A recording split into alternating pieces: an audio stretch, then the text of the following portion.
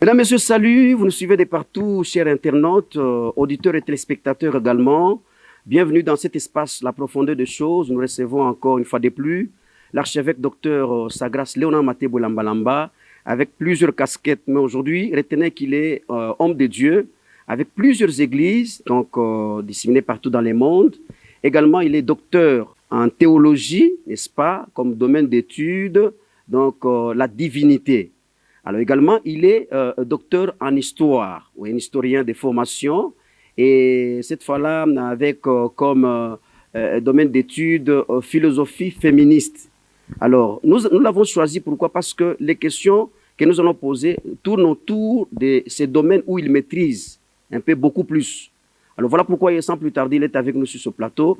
Salut Sagras. Je vous en prie. Merci d'accepter notre invitation, bien que brutalement et merci bien. à pied levé. Oui. Voilà, alors, sans plus tarder, la question nous revient à faire un constat. Nous avons fait un constat qu'aujourd'hui, notre pays, cher beau pays, la République démocratique du Congo, passe des moments de graves turbulences.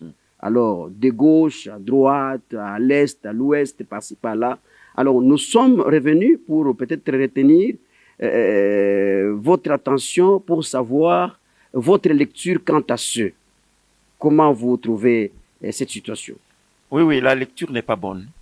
La lecture n'est pas bonne dans le sens que vous avez bien parlé des turbulences. Certainement, il y a des turbulences. Le pays n'est pas stable. Le pays n'est pas bien assis. Vous savez, dans le monde entier, il y a les gens qui confondent les choses. Nous, peuple, la population, qu'est-ce que nous avons comme besoin? La population a besoin de l'équilibre social.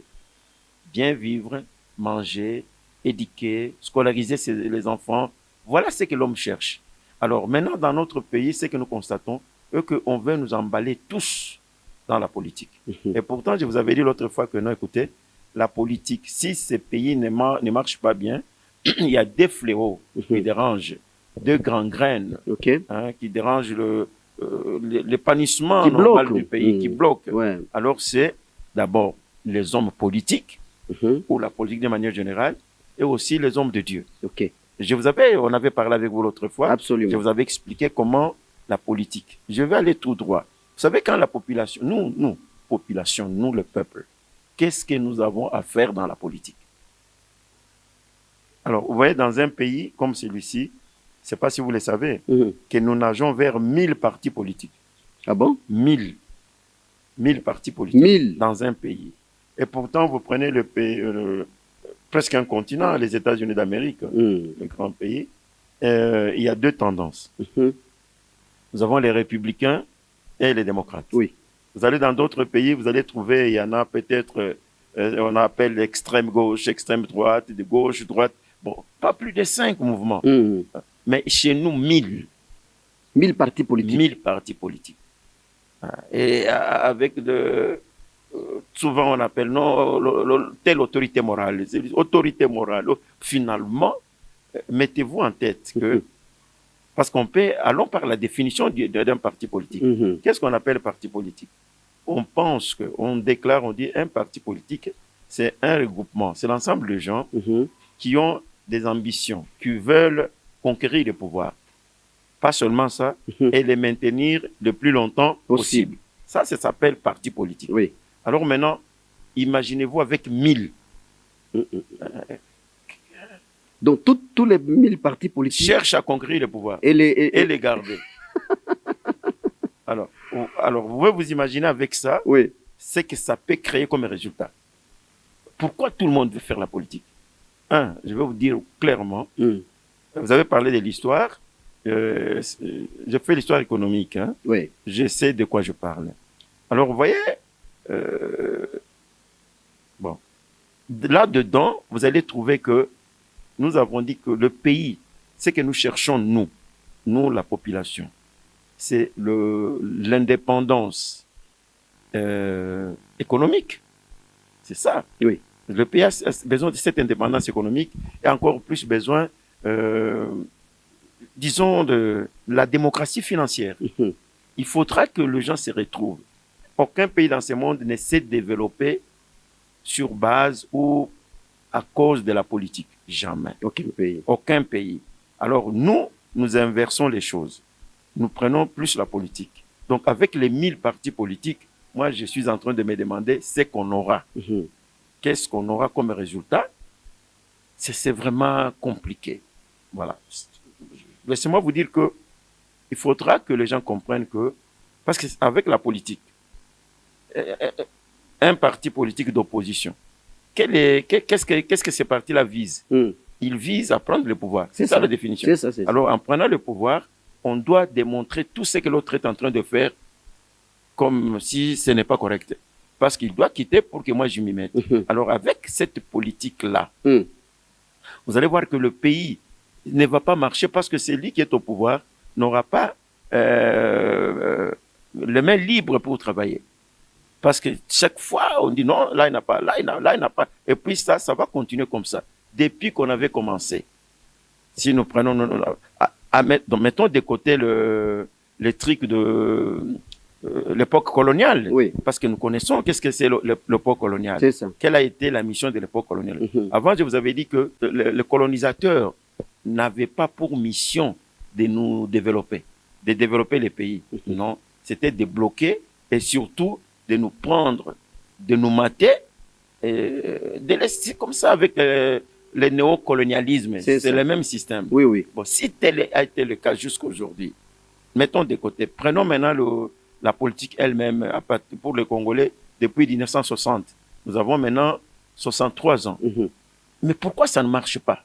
Nous avons eu beaucoup de politiciens. Et tous ces politiciens avaient le même discours. Tous presque. Prenons Mobutu, parce que Savou n'a pas beaucoup parlé.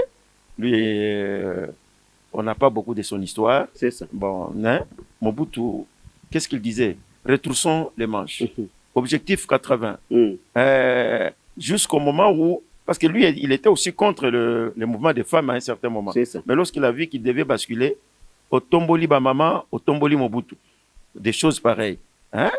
Et puis, nous avons travaillé donc, ce genre de politique. Tata Ye Nzale Sili. Les gens ne connaissent pas pourquoi. Hein? Tata Ye Nzale Sili, c'est-à-dire qu'il n'y avait plus de salaire. C'est vrai. Si, c'est ça. Okay. Ça. Alors maintenant, lorsque papa part, il revient avec un sachet dans la poche qu'on appelait on ne sait jamais. Alors dès qu'on voit papa venir, on dit papa Ye Nzale Sili. Bon, les gens parlent de ça aujourd'hui, ne comprennent pas. Papa Ye Nzale Sili, c'est-à-dire que papa est arrivé avec quelque chose. Ouais. Et ça, c'est au taux du jour. En partant, il n'a pas d'espoir. Non, il part, il va circuler, tout ça. Il ne sait pas. Tokolia Nini, Tokosala Nini, mais il revient, il est là. Alors si on les voit, on dit, oh papa, y est. Maintenant, nous allons manger. Un pays qui a traversé de tels mouvements, ça c'est la politique. Et tous les politiciens nous donnaient toujours de l'espoir. C'est ça. Non, écoutez, avec moi ça va marcher. Maintenant, les choses marchent bien. Mais on n'a pas vécu ça. Donc, moi, je suis obligé de vous dire pour le moment que est-ce que réellement les politiciens ont encore un nouveau discours à nous donner? Il n'y en a pas donc. Quel discours? On en a tout entendu. Toutes les promesses, nous les avons eues.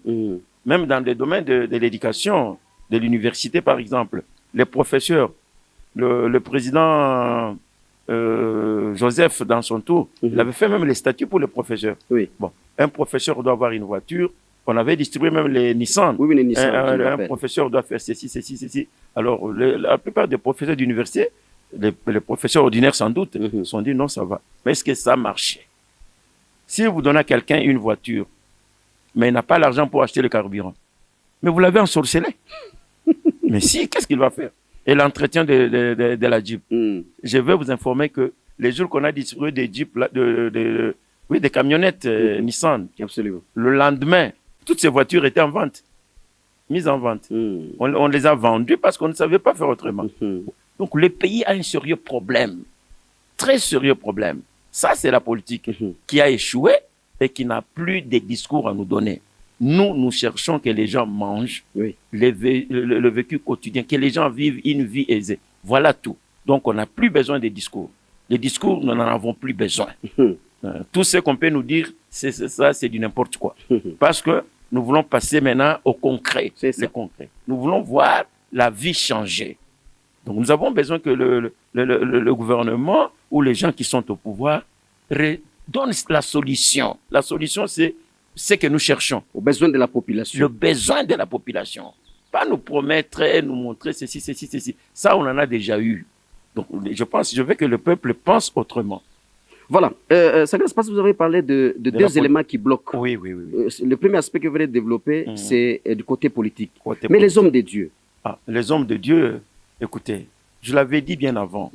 J'ai expliqué, je dis, vous savez, le Congo, revenons toujours dans l'histoire. Vous savez, je suis historien. Effectivement, d'ailleurs, c'est pourquoi nous... Alors, si nous prenons l'État indépendant du Congo, sans mettre de côté, on prend maintenant l'époque coloniale. Oui. Bon. Le Congo était dirigé comme une propriété privée du roi Léopold II. C'est ça. Alors, le roi Léopold II, donc, attention avec ce temps-là, c'était une fusion que nous avions appelée une trilogie. Parce qu'il y avait l'État colonial, il y avait l'armée, entre guillemets, cette armée-là, dedans, il y avait les bailleurs de fonds. C'est ça. Les gens qui voulaient que les choses marchent, qui donnaient l'argent. C'est ça. Et à plus de ça, il y avait aussi l'Église.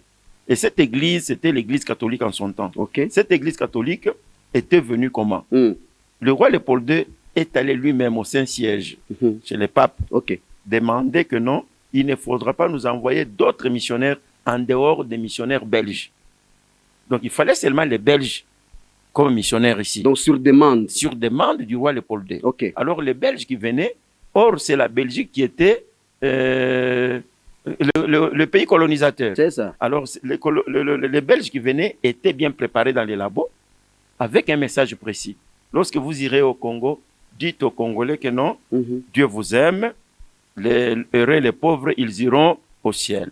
Alors, essayez de mater le peuple. Quand quelqu'un fait un désordre, vous devez donner l'information, soit à l'autorité qui est là, de la gendarmerie ou de ceci, de ceci. Voilà dans quelles circonstances nous avions vécu avec l'État colonial. Alors, il ne fallait pas non plus que les gens là se développent rapidement. En ce qui concerne les études étaient bloquées à un certain niveau. Certainement, la vie était un peu passable, jusque lorsqu'il y a eu le mouvement de l'indépendance en Afrique. J'ai parlé de Kwame Nkrumah, j'ai parlé d'autres leaders africains, les panafricains, quoi. Oui. Bon, jusqu'à ce que Mobutu, donc Lumumba et les autres ont pris le pouvoir. À ce niveau-là, l'Église catholique était toujours dedans, des deux pieds. Donc, parce que, vous vous rappelez, peut-être vous en doutez, tous ces gens qui dirigeaient le pays venaient de l'Église catholique. Donc, c'est l'Église catholique qui donnait, qui proposait. C'est comme Kassavubu. Il était prêtre. Il était de l'Église catholique. Alors, tous ces gens-là, donc c'est l'Église catholique qui avait tout à main à partir de l'État colonial. C'est ainsi que je vous dis que même jusqu'à présent, même quand j'apprends que l'Église catholique, comme notre prêtre de Mbujimayi, qui avait dit que non, notre place est dans l'opposition. Ça, c'est l'échec. Vous allez vous opposer à quoi? Parce que c'est vous qui avez tout à main. Ah bon? Vous voyez? Oui. Vous allez, même aujourd'hui, si vous regardez, parmi les ministres ou les dirigeants, vous allez trouver que 80% des gens qui nous dirigent sont de l'Église catholique. Même Mobutu. Il disait, Joseph Désiré Mobutu, qu'il était catholique. Moi, j'avais parlé avec Mouzé. Nous lui avons posé la question, j'ai dit, Mouzé, on dit que vous êtes musulman. Il dit, mais est-ce qu'il y a un musulman qui a le nom de Désiré? Ça, c'est lui qui avait répondu. Il nous avait reçu en tant que serviteur de Dieu. Il a dit, non, moi je m'appelle Désiré. Laurent Désiré. Est-ce qu'il y a un musulman qui a un nom de Laurent Désiré? Non. Il dit non. Donc, il était... Comment l'Église catholique n'a pas pu mettre la main sur ses enfants, ses fidèles, pour organiser le pays? Depuis l'indépendance, le pays ne fait que souffrir. Et pourtant, tous ceux qui dirigent, et même aujourd'hui, si nous regardons le président du Sénat, c'est Bahati. Modeste Bahati. Bahati. Si vous voyez sa biographie, il a même fait le petit séminaire. C'est ça. C'est qu'il est catholique de sang. Bon, tous ces gens-là sont des catholiques. Comment est-ce que ce sont vos enfants qui sont au pouvoir, mais vous ne savez pas organiser les choses? Vous ne savez pas. Donc, le problème du pays, c'est le développement. Alors, moi, je pense que l'Église catholique a échoué sa mission. Ah bon? Donc, il ne faut pas nous distraire, nous dire que non, nous voulons que le peuple vive bien pendant que vous avez eu tout le temps, depuis l'époque coloniale. Tous ces gens qui passent au pouvoir, tout ça. Même maintenant, je dis bien 80% des gens qui sont au pouvoir sont de l'Église catholique. Pourquoi ne pas les appeler, leur montrer les systèmes, voilà les systèmes qui peuvent maintenant faire développer ces pays. Parce que les gens souffrent. Non, nous sommes dans l'opposition. Vous allez dans l'opposition, vous opposez contre qui pendant que c'est vous qui devez diriger les choses? Est-ce que vous ne vous rappelez pas que Monseigneur Monsengo, on lui avait donné la conférence nationale souveraine. Abbé Malumalu. Il a dirigé la CENI à l'époque. Il a dirigé. Bon, et puis nous avons vu beaucoup de gens comme ça. Hein? Tous ces gens-là. Mais comment est-ce qu'ils n'ont pas pu trouver la solution à la misère du peuple? Alors, si vous dites que je suis dans l'opposition, la mission, je vous ai dit, la mission qui a été donnée à l'Église catholique, c'était de mater la population. Pas l'Église catholique, je ne parle pas des fidèles. Je parle des dirigeants qui ont été rodés, enseignés, formés pour que l'Afrique reste comme ça. C'est pas, je m'excuse de dire que, est-ce qu'ils font un pacte avec leur maître ou quoi? Parce que avant c'était des blancs, on pouvait comprendre. Mais maintenant que nous avons nos frères, mais qui voient les pays, ils sont là seulement pour créer des problèmes. Là, ça ne va pas. Là, c'est un système de freinage. Ce n'est pas un système qui peut faire développer. Pour que rien n'avance. Pour que rien n'avance, c'est normal. Voilà pourquoi je vous dis que c'est l'Église aussi. Bon, l'Église est à la base de ce blocage. Donc, est-ce que vous pouvez vous imaginer que dans notre pays, je ne sais pas si vous le savez, il y a plus de 20 000 églises. 20 000.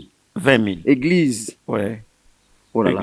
Alors, avec les 20 000, peut-être le pays pouvait marcher parce que, imaginez-vous, 20 000 églises avec 20 000 hommes de Dieu. Ouais. S'il faut implorer le Seigneur, même. S'il faut implorer Dieu pour que les pays marchent, moi je crois que c'est à la minute, non, sa grâce. Écoutez, hein. Il y a des choses que je peux vous dire, peut-être vous n'allez pas croire. Oui. Regardez, lorsque les hommes de Dieu se retrouvent, par exemple, on appelle les confessions religieuses, on appelle, à leur temps là, l'Église catholique et les CC en train de discuter sur tel problème. Bon, regardez même dans les archives, combien de fois ils ont prié. Vous allez voir, même les païens prient avant de commencer leur discours.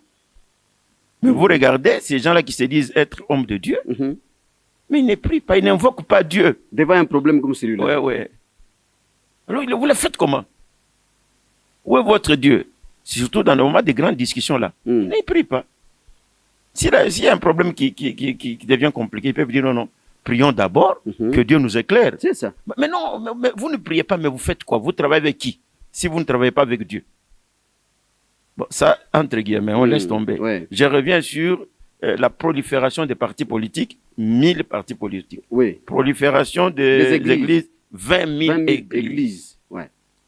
Alors, parmi ces gens-là, je suis homme d'église, hein, je me réserve de tout dire. Mais est-ce que vous pensez que tous ces gens parlent pour Dieu? Non. Il y a des gens qui sont là, c'est un petit gagne-pain. Les églises, je dis bien pour tout le monde. Hein. Oui. Les sectes, qu'on appelle sectes entre guillemets, les gens qui commencent leurs petites affaires d'église, peut-être par accident, ils commencent, en hésitant si ça va tenir oui ou non. Bon, si ça tient, ça finit, c'est devenu un petit kiosque, c'est là où ils doivent manger. Bon, la grande église, qu'on appelle grande église entre guillemets, l'église catholique, vous touchez à l'enseignement, ils peuvent même vous tuer. Parce que c'est aussi une porte pour manger. Bon. Si vous dites non, il y aura gratuité d'enseignement. Non. Non, c'est pourquoi ça. Donc il faut voir ça, il faut être dedans pour comprendre. C'est ça. Alors, vous voyez, même ici, dernièrement, on a dit que non, on doit inscrire les enfants gratuitement. Je ne vais pas citer les noms. Mais il y a des écoles, là, et surtout les écoles catholiques, certaines écoles que je connais bien, qui ont dit non, vous donnez l'argent ou on n'inscrit pas. Donc, vous voyez qu'il y a un système, il y a un pourcentage de frais là, qui doivent aller là-bas. Donc, c'est un système compliqué. Voilà pourquoi nous disons que non, et les hommes d'église, et les politiciens, Non, ce sont les deux-là qui détruisent, qui freinent le développement du pays. Donc nous, la population, nous sommes là pour subir. Alors c'est grave de voir que dans la population, il y a les gens qui soutiennent encore de tels mouvements. Non, nous devons comprendre que non, il n'y a pas notre intérêt.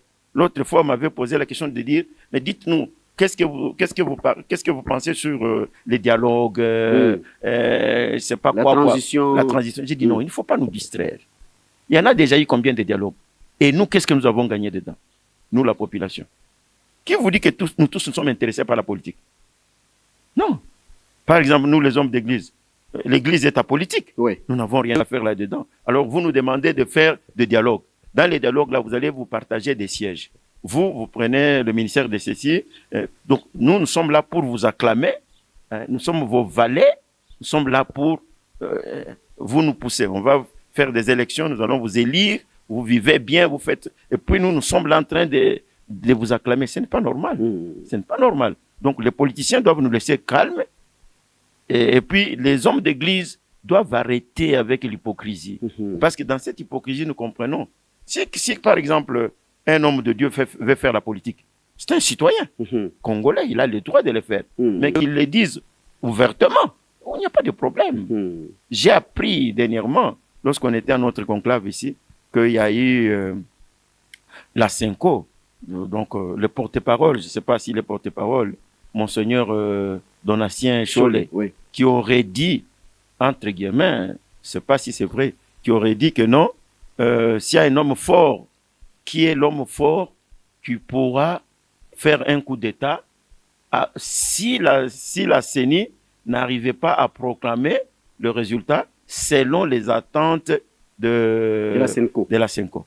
Et ça, bon, si vous allez... Et quelle était votre attitude par rapport à ça? Moi, je n'ai pas accepté. J'ai dit non. Si Monseigneur Cholet, avec tout le respect que je lui donne en tant qu'homme de Dieu, s'il a besoin de faire la politique, ce n'est pas mal. Parce que nous avons dans l'histoire, moi en tant qu'historien, je connais les gens, les prêtres catholiques qui ont fait la politique devant tout le monde. C'est comme à Congo-Brazza, le Congo, République du Congo. Il y avait Fulbert Youlou, il était président de la République. Il était monsieur l'abbé. Il était prêtre catholique et président. Il s'est affiché ouvertement. Donc, pour si monsieur, monseigneur Cholet veut devenir président de la République, ou bien veut devenir faire la politique, et même devenir, je sais pas, où est le problème? Mais il ne faut pas nous distraire. Parce que nous distraire, c'est nous emballer. Lorsque vous dites aux gens que non, il y aura, si vous ne faites pas ça, le pire va advenir. Le pire viendra. Il y aura ceci. Donc, si on vous posait la question, donc vous connaissez le pire, vous êtes en train de préparer soit un coup d'État. Vous savez que le problème, c'est quoi? Le président Félix, il est très pacifique. Ah bon? Oui, ça, c'est moi qui l'ai dit. Parce que au temps de Mobutu, le maréchal, quelqu'un ne peut pas... Si, je dis bien, est-ce qu'il avait dit, je ne sais pas. Mais j'ai appris c'est sur les ondes comme tout le monde. Si réellement il a dit ça avec Mobutu, non, il serait déjà inquiété. Ah bon? Parce qu'on pouvait lui poser la question, dites-nous alors, qui vont faire le coup d'État? Vous parlez d'un coup d'État. Donc vous connaissez cet homme fort. Hein? C'est cet homme courageux qui va faire comme au Gabon, qui va faire ceci. Et puis même si nous devons réfléchir, nous en tant que population, quel pays en Afrique, il y a eu déjà combien de coups d'État en Afrique? Et quel est ce pays qui s'est développé après le coup d'État? Donc nous sommes en train de tourner rond. Si vous avez essayé quelque chose et que ça n'a pas marché, en français on dit, donc les gens disent d'une manière générale, disent qu'on ne change jamais l'équipe qui gagne. Mais si l'équipe n'a pas gagné, là il faut changer. Il faut changer. Si l'opposition de la Senko, l'opposition de l'Église catholique, depuis Mobutu, ça n'a pas donné un changement. Mais pourquoi continuer dans l'opposition? Il faut changer donc. C'est ainsi que j'avais enseigné l'autre fois, j'ai dit non. Ce que nous devons faire, si nous avons besoin d'un autre Congo, il faut changer les données. Donc, ne restons pas dans les choses qui ont échoué. L'opposition, si c'était pour la première fois que la Senko est dans l'opposition, on allait dire, bon, tentons un peu avec ça, peut-être ça va marcher. Vous avez été dans l'opposition avec Mobutu. Dans l'opposition avec Lumumba, vous l'avez même tué. Dans l'opposition avec Mouzé. Dans l'opposition... Mais toutes ces oppositions-là ne nous ont rien donné. Pourquoi continuer avec le même système qui a échoué? Là, il faut changer. Il faut changer. Il faut changer. Nous, la population, on n'a pas besoin de ça. Nous avons besoin de la nourriture, éduquer nos enfants, être à l'aise, être en sécurité. Voilà ce qui nous préoccupe. Voilà pourquoi j'ai dit que non. À ce moment-là, aller jusqu'à dire... L'autre fois, j'avais appris que c'est toujours la Senko, si je ne m'abuse pas, qui disait que non, il faut éditer les fichiers électoraux. Ça s'est fait où? Faire l'audit, donc. Oui, c'est ça. Dans quel pays au monde? Même cette histoire de dire que non, est-ce qu'un homme de Dieu peut penser à un coup d'État? Est-ce que vous connaissez les conséquences? Le Congo saigne depuis des années. Nous avons perdu plus de 10 millions de personnes. Et les tueries continuent jusqu'à aujourd'hui. Et vous voulez encore, vous, un homme de Dieu. Vous dites que non, non. Donc, la politique de la terre brûlée. Vous voulez que les choses s'aggravent, il y aura les pires, nous devons éviter. Non, ça, vous réveillez les esprits des gens pour qu'ils créent des problèmes. Or, nous avons beaucoup pleuré nos morts et la situation ne marche pas. Nous mangeons très mal. Lorsqu'il y avait les pillages ici, nous avons connu encore, nous sommes reculés de quelques années. Alors, lorsqu'il y aura encore un coup d'État ou bien je ne sais pas quoi, nous ferons quoi? Vous verrez que nous allons encore reculer. Une pensée comme ça. Moi, je pense que dans notre pays, sur le gouvernement, les gens qui... Parce que moi, en tout cas, dire qu'on doit faire ça... Non, la politique, pour moi, on doit mettre la croix.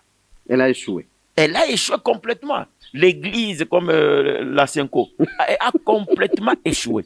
On ne peut même pas parler de ça. Oui. Parce que depuis Mobutu jusqu'à aujourd'hui, oui. Senko était toujours là, dans l'opposition. Donc, pas même depuis Mobutu, depuis l'époque coloniale. Hein? Le missionnaire de Belge qui était là, tous ces gens, ils ont fait ce qu'ils ont fait. Mais pourquoi ça n'a pas réussi? S'il y avait des gens sages, intelligents, ils allaient dire non, non, maintenant, qu'est-ce qu'on doit faire pour que le pays se développe? Voilà les gens que nous cherchons. Hein? Les gens qui parlent avec Dieu, les gens qui peuvent dire, voilà, prenons telle stratégie pour que les gens, nous, la population, que nous puissions aussi nous retrouver. C'est ça. Il ne faut pas nous emballer, nous tuer, nous amener dans n'importe quoi. Parce que nous, ventre affamé, point d'oreille. Les gens ne savent pas qu'est-ce que ça veut dire. Ce n'est pas cette oreille ici qui entend. Non. C'est la réflexion. C'est ça. Quelqu'un qui n'a pas à manger, il ne peut pas bien réfléchir. C'est ça. Quelqu'un qui dort affamé, c'est quelqu'un qui n'a... Non, il ne peut pas réfléchir. Donc donnez-lui à manger. Même Jésus, lorsqu'il avait prêché, à un moment donné, il a trouvé que les gens étaient fatigués. Il ne comprenait plus rien. Il a dit, donnez ces gens ici, donnez-leur à manger. Parce qu'il savait que si quelqu'un a bien mangé, il va suivre le message. Et vous vous rappelez, lorsqu'il a dit ça, après avoir mangé, ils ont dit non, toi nous voulons te faire roi. Bon, vous voyez, que tu sois notre roi. C'est parce qu'ils ont mangé. Ils ont mangé. Ouais. Alors maintenant, nous demandons au gouvernement de trouver la solution pour que les gens mangent. C'est ça notre préoccupation. Absolument. Vos affaires de politique là, nous ne sommes pas là. Nous, on n'avons rien à voir avec ça. C'est ça. Et, nous, en tant qu'OSEC. C'est ça, c'est là où je voulais arriver. Oui. Parce que OSEC, c'est, je rappelle à ceux qui nous suivent, OSEC, c'est, vous êtes le président général. Je suis, oui. Voilà. Le chancelier, le grand chancelier. C'est ça qu'on appelle dans l'ordre. Voilà. Oui. Alors, ça veut dire Ordre supérieur épiscopal du Congo. Oui. Vous devez à des choses pareilles, à des situations pareilles, à des turbulences comme ça, comme vous les regrettez. Vous devez quand même avoir un mot à placer là-dessus pour recadrer les choses. Si, oui. l'OSEC en tant qu'ordre supérieur épiscopal du Congo. S'il fallait revenir à vous pour qu'une piste de solution soit trouvée, c'est laquelle? D'abord, c'est Dieu. Nous devons prier parce que Dieu sait. Parce que après tout, nous sommes un pays religieux. C'est ça. Nous savons que même si nous ne comprenons pas notre futur,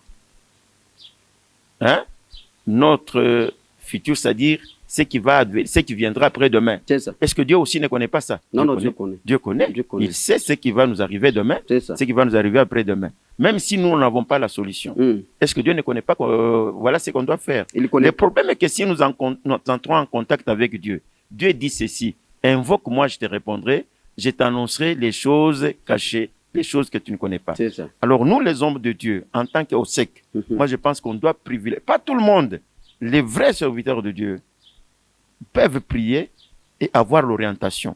C'est Dieu qui donne la sagesse, l'intelligence à son peuple. Et là, on peut trouver une solution, dire voilà ce que nous devons faire pour que ces pays marchent. Parce que tout ce qu'on fait là, c'est du n'importe quoi, papa. Nous avons souffert, après 63 ans, il y a des églises partout, on fait tout, mais rien ne marche.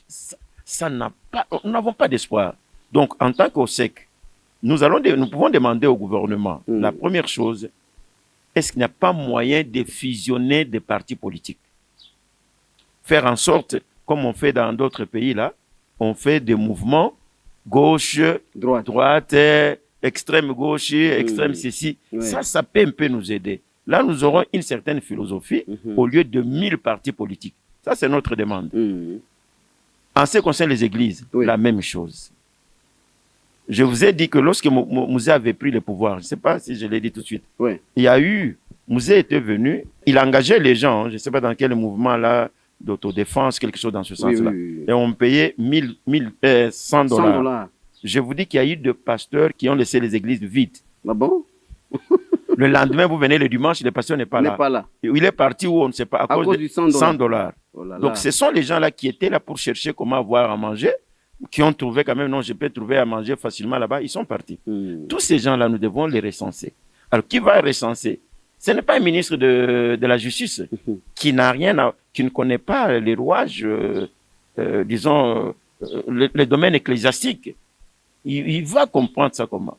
Il faudra qu'il y ait les gens qui ont la matière, c'est-à-dire, comme nous parlons là, les gens qui connaissent qui est pasteur, quelle est la déontologie pastorale. Même ce que Monseigneur Cholet parle là-bas. Dans la déontologie pastorale, un pasteur, c'est qui?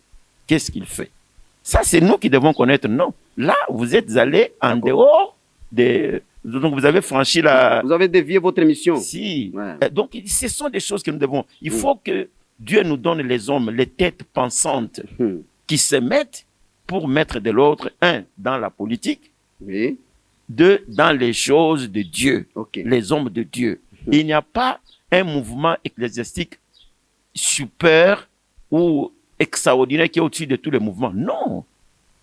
Mais la Synco ne parle pas en notre nom. Mais on sait que peut avoir le... Mais là, c'est l'ordre supérieur épiscopal. Absolument. Parce qu'avec le REDETCO, que nous appelons Rassemblement des enfants de Dieu pour la transformation du Congo, là, nous avons plusieurs évêques, des milliers. C'est ça.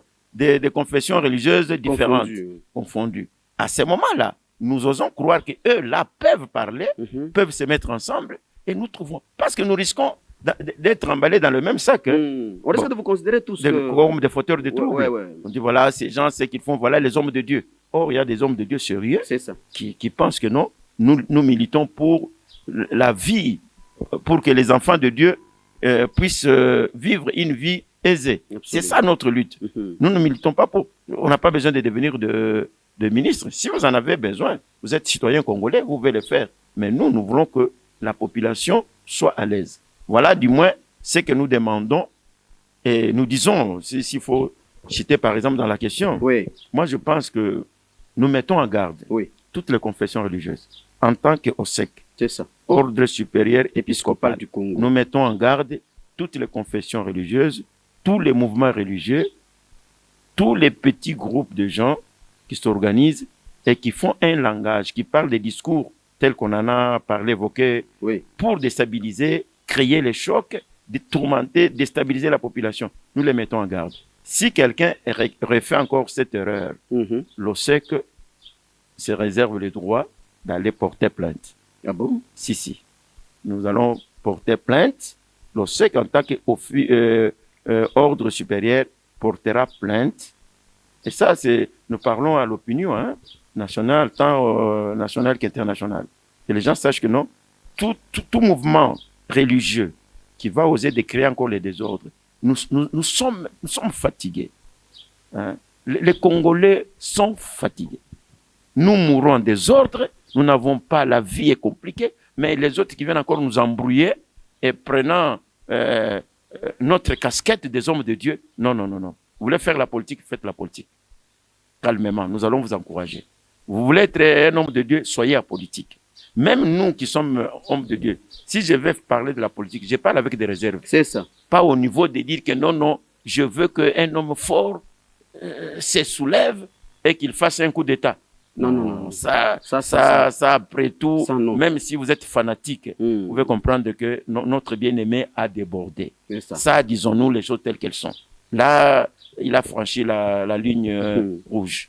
Et nous demandons aux hommes de Dieu de nous comprendre et les choses se passent comme ça. Moi, je voudrais que ces pays soient gérés normalement. Si vous avez une révélation sur les présidents, comme nous on l'avait eu, parlez. On va vous écouter. Ça ne vous engage que vous-même. C'est ça. Mais dire, aller jusqu'à vous attaquer, retrousser les manches pour la guerre et le combat, moi je pense que ce n'est pas correct. Là, l'OSEC va s'élever. Là, l'OSEC va frapper. Pas s'élever, mais on vous traduit en justice. Nous sommes bien organisés et nos avocats vont vous traîner et vous allez faire la prison. Voilà, merci beaucoup l'archevêque Dr Sagras Léonard Matebo Lambalamba. Mesdames, Messieurs, je rappelle que nous recevions pour vous cet homme de Dieu à plusieurs casquettes. Il s'est déchaîné en tant qu'historien, également en tant qu'homme de Dieu. Les soucis, c'est en tout cas en lui, j'ai lu le peuple congolais, les soucis du peuple congolais. Les vécus quotidiens du peuple congolais. C'est ça votre souci. Absolument. C'est ça. Votre bataille de toutes les années. C'est ça même le sens du développement. Voilà. Alors à ce moment-là, le développement du Congo est son cheval de bataille. Il s'efface lui-même pour que le peuple vive très bien et pour que le pays se développe. C'est ce que nous devons avoir tous comme souci. Mesdames, Messieurs, je crois que nous sommes arrivés à la fin, à sa grâce. Aujourd'hui, nous vous retenons un peu jusque-là. Je crois que prochainement, nous aurons encore le temps de revenir à vous selon que l'actualité évolue dans les pays. Ne nous fatiguez pas. Non.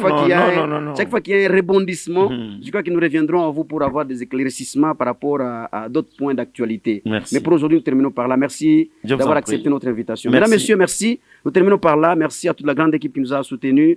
Merci à tous les médias en ligne, notamment 7sur7.cd, Patient Lukusa, depuis Lubumbashi. Et merci à Tasso, merci à Michel Lomeme, merci à la RTV, merci à la RTNC également, la grande chaîne nationale qui nous accompagne toujours donc à véhiculer ces messages pour les patriotismes, voilà, donc l'amour du pays et ce que nous voulons à tout moment. Merci à tous les hommes de Dieu qui sont d'accord avec ces messages, mais également à tous ceux-là qui nous accompagnent, différents politiciens qui ont les soucis du peuple congolais. Que Dieu vous bénisse. À la prochaine. Au revoir.